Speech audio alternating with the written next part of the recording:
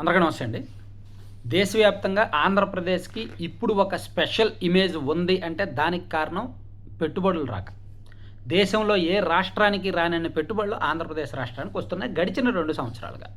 ఇలా పెట్టుబడులు తీసుకురావడంలో ఖచ్చితంగా లోకేష్ గారి శ్రమ, పట్టుదల, మొండితనం, ఈ కృషి ఖచ్చితంగా మనం అప్రిషియేట్ చేసి తీరాలి. అండ్ చంద్రబాబు నాయుడు గారి బ్రాండ్ ఇమేజ్ కూడా కూటమి ప్రభుత్వం మీద ఒక నమ్మకం కూడా నడిపిస్తోంది.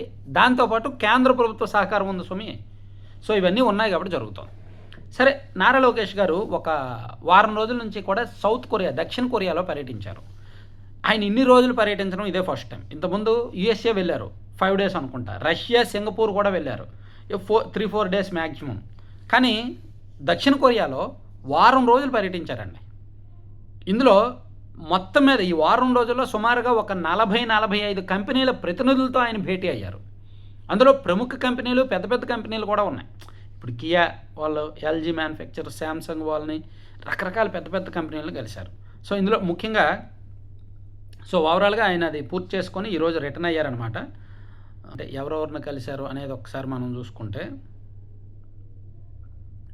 సియోల్లో సిఐఐ ఫెడ్ అంటే confederation of Indian industry partnership సమ్మిట్లో నిన్న పారిశ్రామికవేత్తలతో ఒక రోడ్ షో నిర్వహించారు. సో దానిలో ఆంధ్రప్రదేశ్లో పెట్టుబడులు పెట్టడానికి ఉన్న అవకాశాలు అవన్నీ కూడా వాళ్ళకి చర్చించారు. అలాగే ఇన్వెస్ట్ కొరియా సంస్థ కమిషనర్ డాక్టర్ కిమ్ టే హ్యూంగ్తో సియోల్లో భేటీ అయ్యి అమరావతి లేదా విశాఖపట్నంలో క్వాట్రా ఇన్వెస్ట్ కొరియా అనే కార్యాలయాన్ని ఏర్పాటు చేయాలని కోరారంట. మెట్రో నగరాల మినహా దక్షిణ భారతదేశంలో ఇది మొదటి ఉపజాతీయ క్వాట్రా కార్యాలయం అవుతుంది అని చెప్పారు. అలాగే mission vision edge AI battery energy storage సిస్టమ్స్లో ప్రత్యేకత కలిగిన delta X founder and CEO Stephen Kim సంస్థ నాయకత్వ బృందంతో కూడా సియోల్లో కలిశారు. అలాగే HD Korea ship building and offshore engineering ఆ సంస్థ ప్రతినిధులతో కూడా కలిశారు. అలాగే ప్రింటెడ్ సర్క్యూట్ బోర్డుల తయారీలో పేరెన్నిక ఉన్న షిన్హ్యూప్ ఎలక్ట్రానిక్స్ చైర్మన్ కూడా కలిశారు. అలాగే దక్షిణ కొరియాకు చెందిన automotive power electronics passive components తయారీ సంస్థ motive link CEO Kim Tohan కూడా కలిశారు. అలాగే గృహోపకరణాలు, నీరు, గాలి శుద్ధ పరికరాల సంస్థ Cuckoo electronics overseas sales and marketing హెచ్ఓడిని కలిశారు.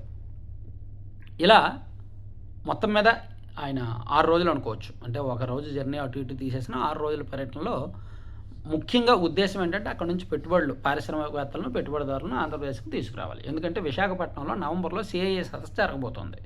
గత ఏడాది నవంబర్లో జరిగింది కదా.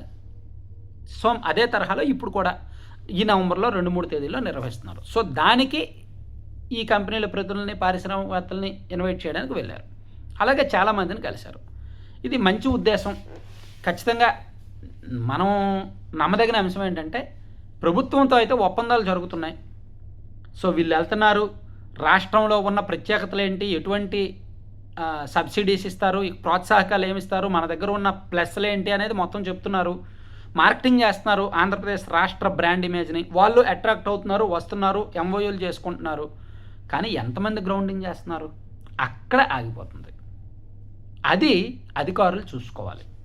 నవంబర్లో 2025 నవంబర్లో విశాఖపట్నంలో సిఐఏ సదస్సు జరిగింది. సుమారుగా 13 లక్షల కోట్ల పెట్టుబడులు వచ్చాయి. దానిలో ఈవెన్ 25% కూడా ఇప్పటికీ గ్రౌండింగ్ అవ్వలేదు. సో అది చూసుకోవాలి. ఇప్పుడు మళ్ళీ నెక్స్ట్ ఈ సంవత్సరం సిఐఏ సదస్సుకు రెడీ అవుతున్నారు. సో ఇంత కలిసి, ఇంత కష్టపడి, ఇన్ని రోజులు అక్కడ శ్రమపడి అంతమందిని కలిసి రాష్ట్రానికి రప్పించి ప్రభుత్వంతో ఎంఓయూలు కుదుర్చుకొని వాళ్ళకి కావాల్సినవన్నీ ఇస్తామని చెప్పి ఇంత చేసిన తర్వాత చివరి గ్రౌండింగ్ జరగకపోతే ఎలా? సో అది కొంచెం కష్టంగా ఉంటుంది. ఉదాహరణకు ఒక ప్రోడక్ట్ తయారు చేసే సంస్థ ఉందో అనుకుందాం, ఒక పెన్నులు తయారు చేసే సంస్థ అనుకుందాం.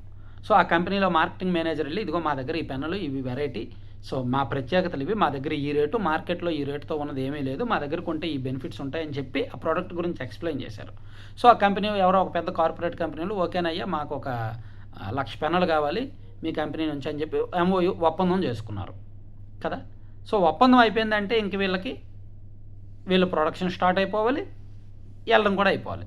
ఆ ఒప్పందంతో ఆగిపోతే ఏముంది? దాని రిజల్ట్ ఏముంటుంది? వీళ్ళకి ఆర్డర్ ఎప్పుడు వస్తుంది, అమౌంట్ ఎప్పుడు వస్తుంది, వీళ్ళు ఎప్పుడు తయారు చేస్తారు, ఎప్పుడు పంపిస్తారు? ఆ ఒప్పందం పూర్తి స్థాయిలో అమలైతే కదా ఇక్కడ 1,00,000 పెన్నులు తయారు చేసి అవతల కంపెనీకి ఇచ్చి దాని వ్యాపారం వీళ్ళు పెంచుకునేటట్టు ఉంటుంది. కానీ ఆ ఒప్పందం దగ్గరే ఆగిపోతున్నాయి. సో ఇది కార్పొరేట్ కంపెనీల్లో ఇలా జరిగితే ఓకే. కానీ రాష్ట్రానికి కార్పొరేట్ కంపెనీలకి మధ్య కూడా ఇలా ఒప్పందాలతో ఆగిపోతే ఎంత నష్టం? ఆ కంపెనీలకి ఏమి నష్టం ఉండదు, రాష్ట్రానికే నష్టం, రాష్ట్ర క్రెడిబిలిటీకే నష్టం. సో ఇక్కడ కంపెనీలు మొహమాటానికి పోయి సర్లే వీళ్ళు ఇన్నిసార్లు తిరిగారు కదా ఒక ఎంఓయూ చేసుకొని వదిలేద్దాంలే అని చాలామంది వస్తున్నారేమో, అదొకసారి చూసుకోవాలి. సో అందుకే నేనేమంటానంటే అట్లీస్ట్ ఒక 50-60% అయినా గ్రౌండింగ్ చేయించండి ఈ నవంబర్లోగా. లాస్ట్ ఇయర్ నవంబర్లో ఒప్పందం చేసుకున్న వాళ్ళని ఒక 50-60% అయినా గ్రౌండింగ్ అయితే రాష్ట్ర క్రెడిబిలిటీ బాగుంటుంది, నమ్మకం పెరుగుద్ది అనమాట. లేకపోతే ఇంత తిరిగి ఇంత మార్కెటింగ్ చేసి వేస్ట్.